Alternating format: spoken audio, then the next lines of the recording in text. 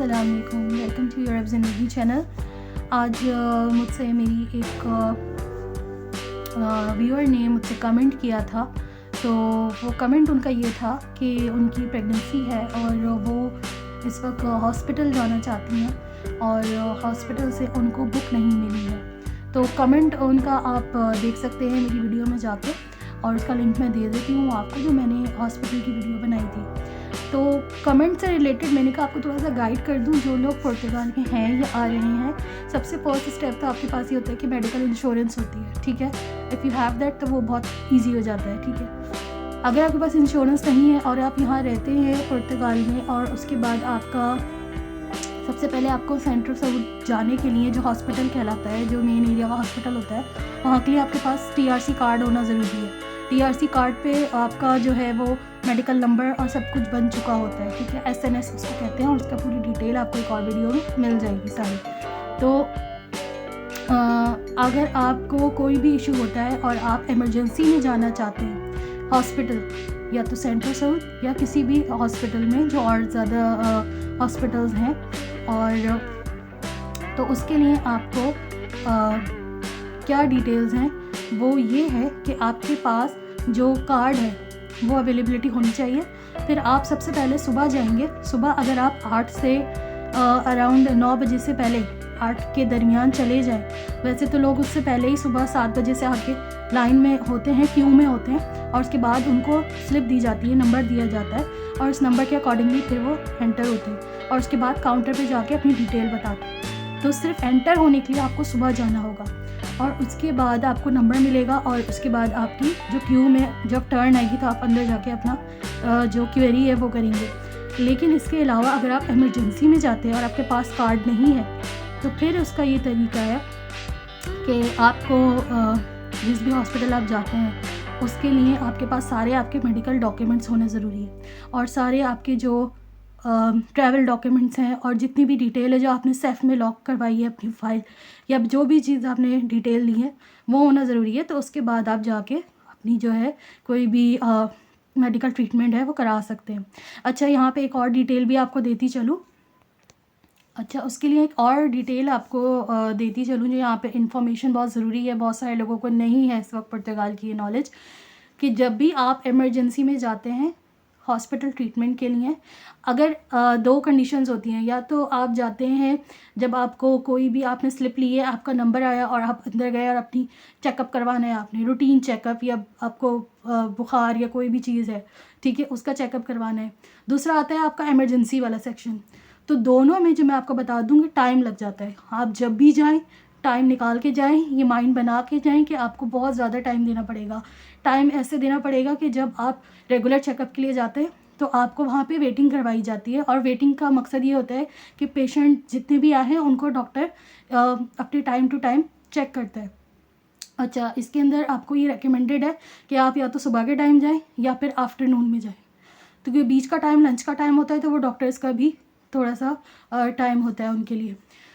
तो जब आप जाते हैं रेगुलर चेकअप के लिए तो आपको मिनिमम 3 आवर्स लग जाते हैं, कम से कम भी 3 घंटे आपको लगेंगे, ठीक है। तो ये माइंड बना के जाएं आप। उसके अलावा ये वो एक्सपीरियंसेस है जो जर्नल नॉलेज के लिए आपके पास होने ज़रूरी है, क्योंकि मेडिकल की फैसिलिटी हर किसी को चाहिए होती है, और कोई ना कोई इशू होता रहता है, चलता रहता है लाइफ में सबके साथ। अब दूसरी जो कंडीशन है वो है इमरजेंसी की। अगर आप इमरजेंसी में जाते हैं, किसी भी हॉस्पिटल में जाते हैं, इवन सेंट्रल साउथ में भी जाते हैं, तो वहाँ पे भी आपको काफ़ी वेट करना पड़ता है, ठीक है, क्योंकि उनकी जितने पेशेंट्स आए हुए होते हैं और जितने लोग आते हैं उसके हिसाब से जो आपकी टर्न आती है। तो रिसेंट एक्सपीरियंस के हिसाब से आपको बताऊँगी कि कभी कभी 12 घंटे और 13-16 आवर्स भी लग जाते हैं एमरजेंसी में। तो इट्स ड्रॉबैक कह लें आप, लेकिन यहाँ पे ये बात होती है पुर्तगाल में, ठीक है। तो आपकी जब टर्न आएगी, पहले आपकी सारी वो डिटेल्स ले लेंगे, ठीक है। स्लिप वगैरह लेने के बाद उसकी कंप्लीट डिटेल वीडियोस आपको मिल जाएंगी ऊपर आई बटन में, तो वो आप देख सकते हैं स्लिप कैसे लेनी है, कहाँ जाना है, क्या बात करनी है। और उसके बाद आपको वेट करना पड़ता है। आपकी डिटेल्स सारी कंप्यूटर में आ रही होती है, अगर आपके पास TRC कार्ड है तो वेल एंड गुड।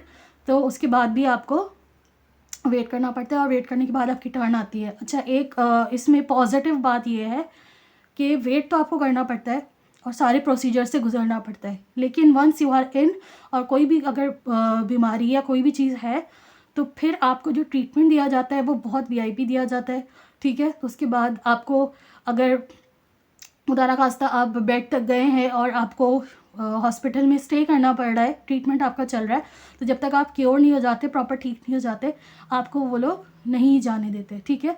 तो चेकअप के लिए जब भी जाए माइंड बना के जाएँ, और इसके साथ बहुत सारी दुआएं कि आप लोगों को कभी भी कोई भी इशू ना हो। प्रेगनेंसी से रिलेटेड मैं आपको डिटेल का वो बता दूँ आंसर, कि प्रेगनेंसी में आपको 3rd या 4th मंथ में जाके आपकी, जब भी आप हॉस्पिटल जाते हैं तो प्रोसीजर यही है, सुबह जाके आप नंबर लेंगे या इवनिंग में जाके नंबर लेंगे, और आफ्टरनून में आपका चेकअप होगा, ठीक है, आफ्टरनून इवनिंग में। और जो आप जब जाएंगे तो वो आपके 4th या 5th मंथ में आपकी कार्ड बुक बनती है, एक ग्रीन कलर की बुक होती है, ठीक है, वो बुक आपकी बन जाती है।